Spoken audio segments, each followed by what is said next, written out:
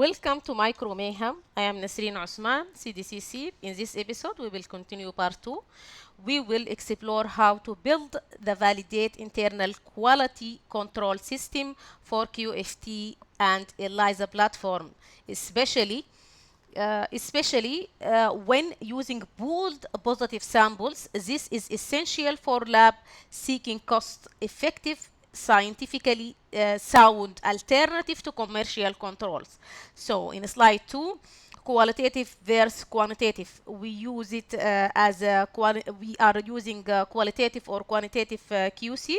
Definitely, qualitative control begins with understanding your assay type. Qualitative QC apply to binary outcomes, positive, negative, or reactive, non-reactive. But QFT and ELISA platforms generate continuous data such as interferon concentration.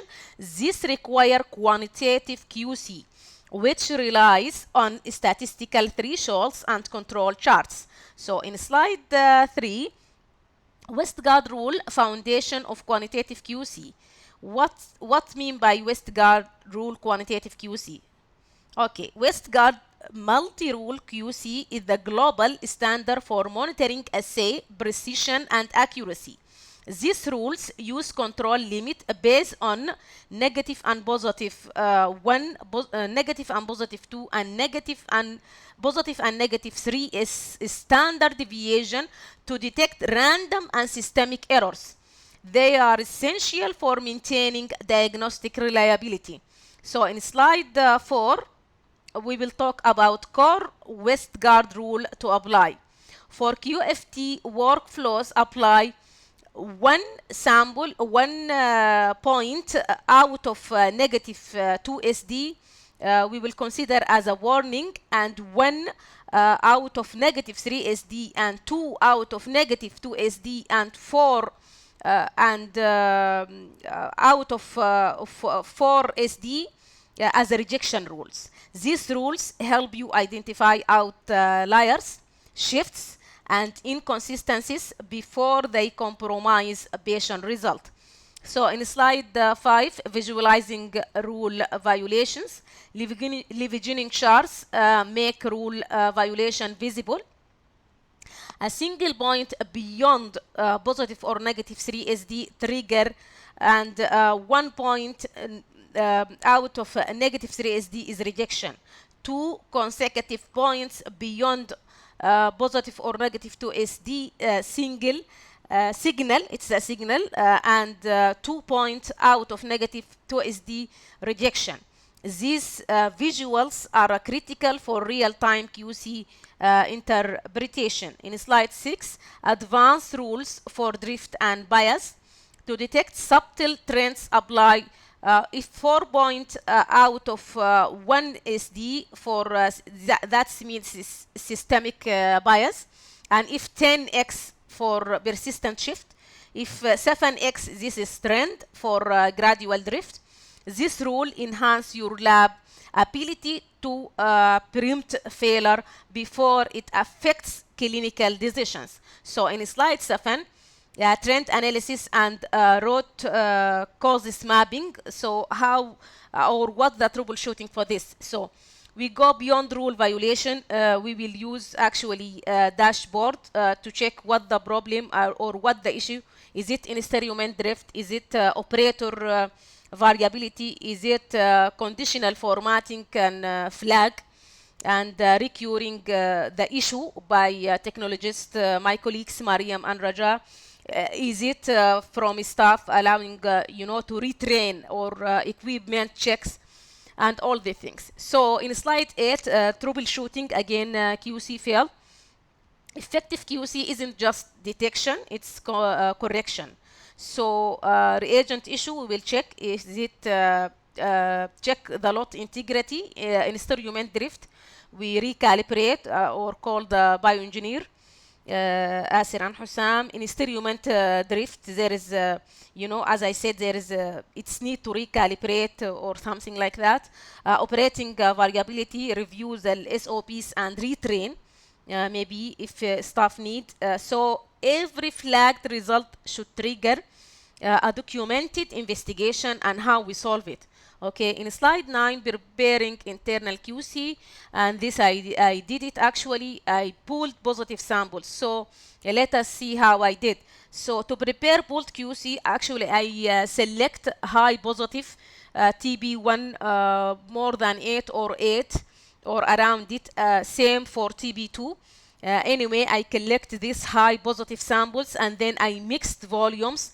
I aliquot it into sterile vials and label with date with the source of ID of each, and then I stored them at negative 20 degrees centigrade to avoid, freeze and thawing cycles. This method is cost effective and matrix matched to your assay. So in slide 10, what then I did, leveraging charts for bolt control.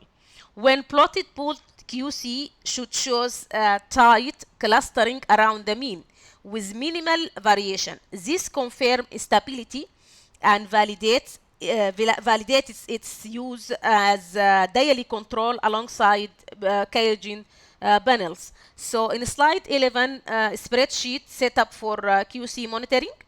Use a structure spreadsheet to log the OD or the interferon gamma values. Include, the date and the tube ID and the technician name. We calculate, or I did already calculate the standard deviation and the CV and the mean.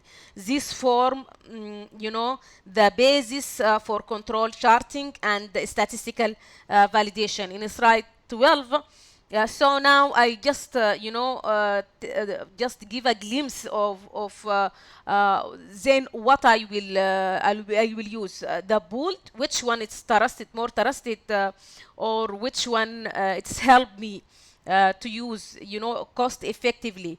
The bolt versus QIAGEN control, this comparative analysis, bolt QC efforts real matrix consistency and affordability, while QIAGEN panels provide standardized validation.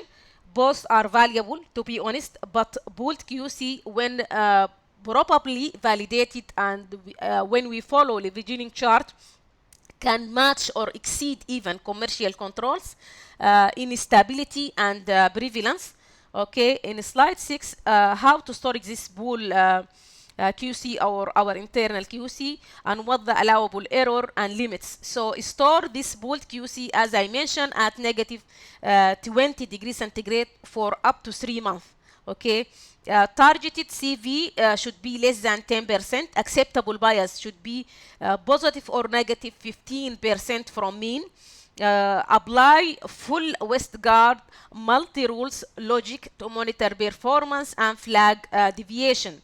So in slide 14, just I have question here. Can I use internal QC alone without this QIAGEN panel QC? They said, according to ISO 15189 in 2020, and according to IFCC 2025 guidelines, they support internal QC. Even I could in comment provide sources for that. Okay, yes, it's validated, the internal QC, we can use it. But when it is statistically monitored, documented in SOPs, okay, we should include this, and compared periodically. Don't leave it, like that. Just compared periodically with external control. This empowers lab in sources, limit settings, and maintain high standards. So in slide 15, internal QC is not compromise. It is a strategic solution with proper preparation, validation, and monitoring. You can lead your lab with scientific rigor and regional pride. So thank you for listening, and I will meet you again next time. Thank you.